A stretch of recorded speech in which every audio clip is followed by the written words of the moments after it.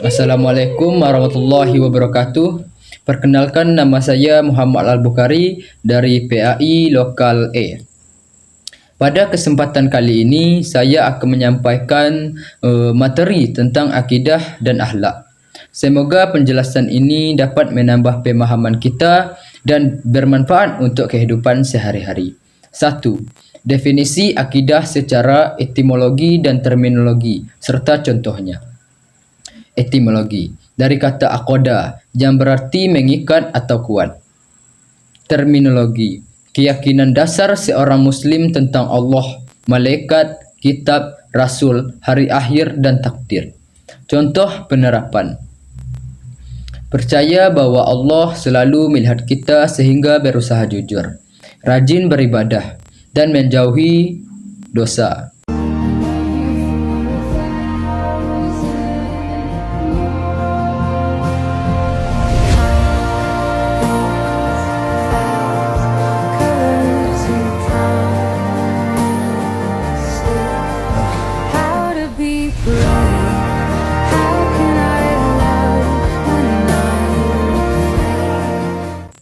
2.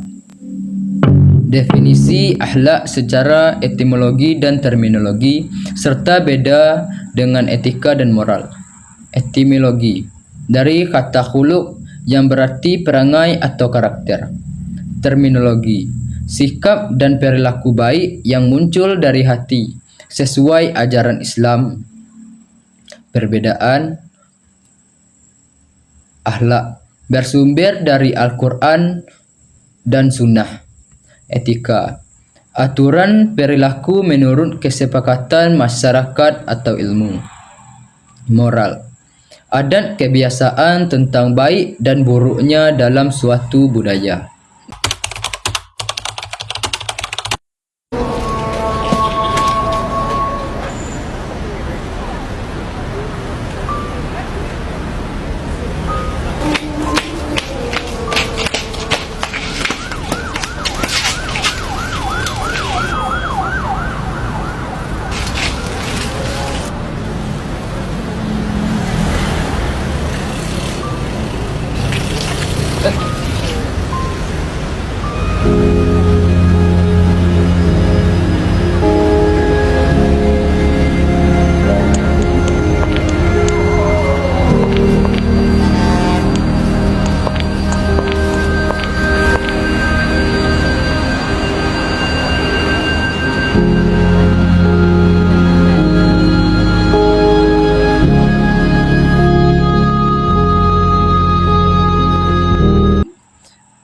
Tiga. Hakikat penciptaan manusia dalam Al-Quran. Manusia diciptakan Allah dari tanah, Quran Surat Al-Mu'minun, dan diberi roh sehingga memiliki akal, hati dan tanggung jawab sebagai khalifah di bumi, Quran Surat Al-Baqarah ayat 30. Makna umumnya manusia mulia tetapi juga memiliki amanah untuk taat, berbuat baik dan menjaga bumi. وَلَقَدْ خَلَقْنَا الْإِنسَانَ مِنْ سُلَالَةٍ مِنْ طِينٍ ثُمَّ جَعَلْنَاهُ نُطْفَةً فِي قَرَارٍ مَكِينٍ ثُمَّ خَلَقْنَا النُّطْفَةَ عَلَقَةً فَخَلَقْنَا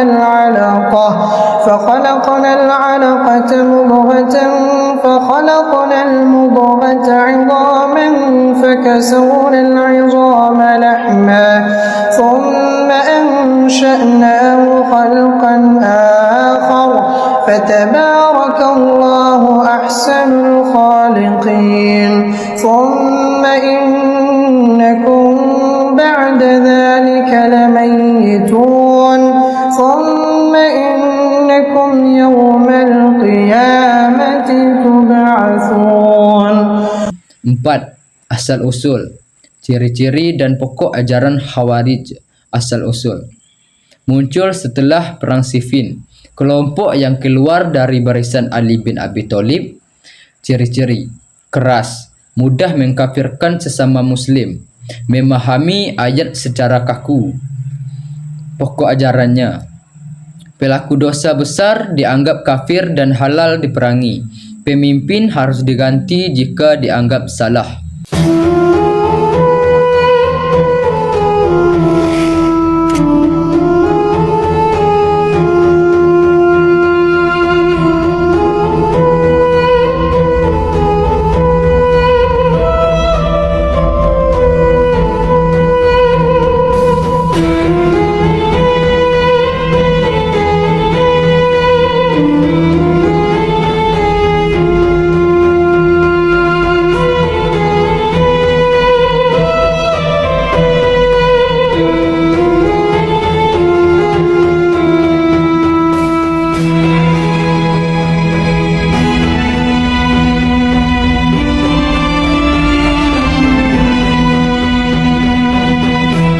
Lima, sejarah dan pokok keyakinan Syiah. Sejarah muncul setelah wafatnya Nabi. Sebagai kelompok yang meyakini kepemimpinan umat harus dipegang keluarga Nabi, terutama Ali. Pokok keyakinan. Imam adalah pemimpin spiritual yang maksum, kecintaan besar pada Ahlul Bait dan memiliki kitab hadis serta fikih tersendiri.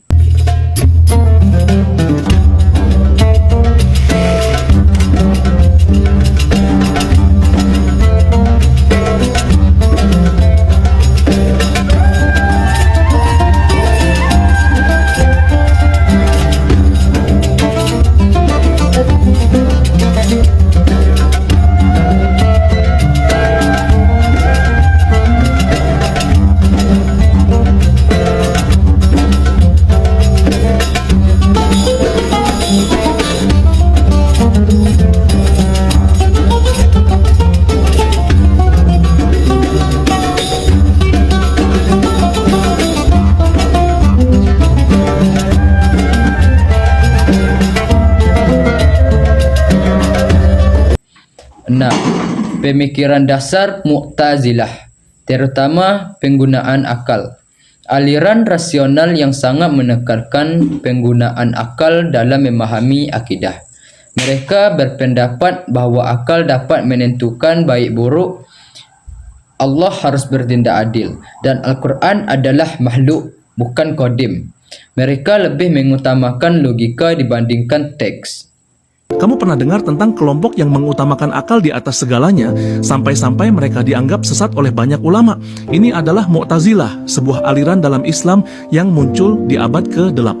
Mereka percaya bahwa akal lebih utama daripada teks agama, bahkan dalam memahami Al-Quran dan hadits.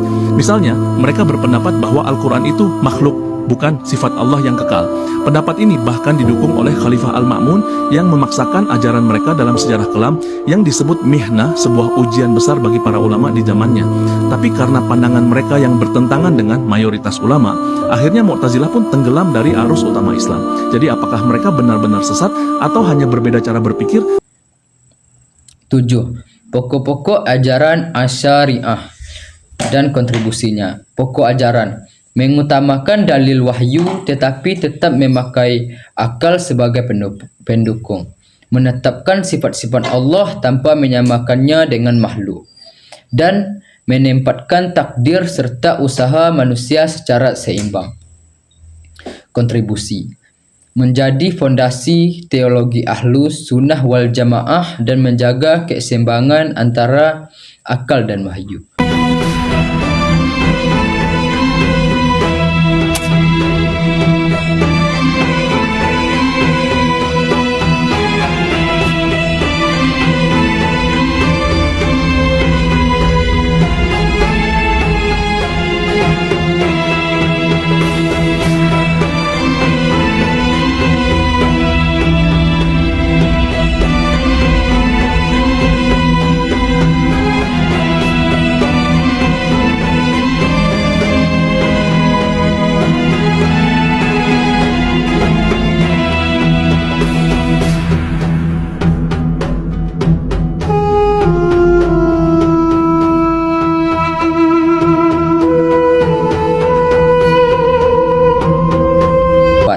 Pokok-pokok ajaran Maturidiyah dan perbedaannya dengan Asy'ariyah.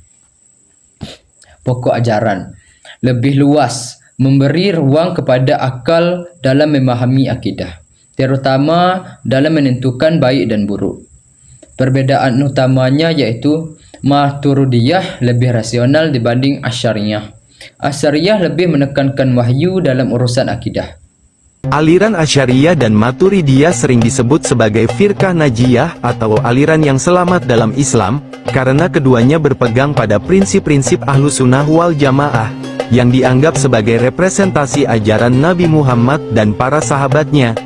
Berikut adalah beberapa alasan mengapa kedua aliran ini layak mendapatkan predikat tersebut. 1. Kesamaan dalam ajaran pokok. Baik Asy'ariyah maupun Maturidiyah sepakat dalam konsep tauhid, yaitu penetapan sifat-sifat Allah yang sesuai dengan ajaran Al-Quran dan hadis. Mereka menekankan pentingnya memahami sifat-sifat Allah tanpa menyamakannya dengan makhluk.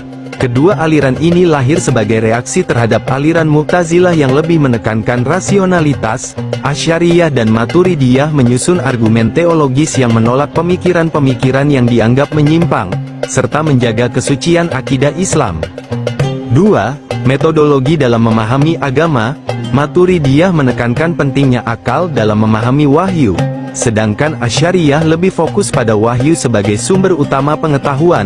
Namun, keduanya tidak mengabaikan peran akal dalam memahami ajaran agama. Kedua aliran ini menganggap wahyu sebagai otoritas utama dalam menentukan kebenaran ajaran agama, meskipun mereka memiliki pendekatan berbeda dalam interpretasinya. 3. Pengaruh historis dan geografis. Aliran Asy'ariyah menjadi mayoritas di banyak wilayah, termasuk Asia Tenggara, sementara Maturidiyah memiliki pengikut yang signifikan di daerah-daerah lain seperti Asia Tengah. Kedua aliran ini telah berkontribusi besar dalam membentuk pemikiran Sunni di berbagai belahan dunia. Kedua aliran ini terus mempertahankan tradisi intelektual yang kaya, dengan banyak karya tulis yang membahas ajaran-ajaran mereka. Ini menunjukkan bahwa mereka berusaha untuk menjaga kesinambungan pemikiran Islam yang sesuai dengan prinsip-prinsip awal ajaran Nabi. Dengan demikian, aliran Asy'ariyah dan Maturidiyah dianggap layak mendapatkan predikat firqah najiyah karena kesamaan prinsip teologis, metodologi dalam memahami agama, pengaruh historis yang luas, serta motivasi dari wahyu. 9. Bentuk-bentuk akhlak kepada diri sendiri. Meliputi menjaga kehormatan diri, kebersihan badan, kesehatan, pola makan, pikiran positif, dan menggunakan akal dengan baik, seperti tidak melakukan hal berbahaya, tidak malas, dan tidak merusak diri sendiri. Emang insecure juga dosa? Insecure? Dosa dong. Membuli diri sendiri, insecure, itu dosa. Karena kenapa? Pertama, insecure itu seharusnya tidak ada pada kita. Karena Wallahu khairul hafidin wa huwa arhamur rahimin. Ada Allah yang menjaga kamu dengan penuh cinta melebihi cinta ibumu kepadamu, atau cintamu kepada dirimu sendiri. Jadi seharusnya kita gak pernah merasa insecure kan? Karena gini, yang bertuhan pasti bertahan. Yang 10, bentuk-bentuk akhlak kepada sesama dan masyarakat beserta contoh penerapan. Contohnya yaitu seperti jujur dan amanah, berkata apa adanya, menjaga titipan, tolong menolong, membantu tetangga atau teman yang kesulitan, sopan santun, menghormati orang tua, guru, dan teman, tidak menyakiti orang lain.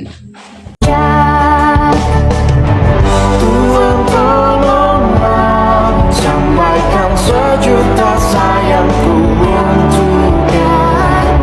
Ku terus berjanji takkan mengkhianati bintangnya. Ayah, dengarlah betapa sesungguhnya ku mencintai. Assalamualaikum warahmatullahi wabarakatuh.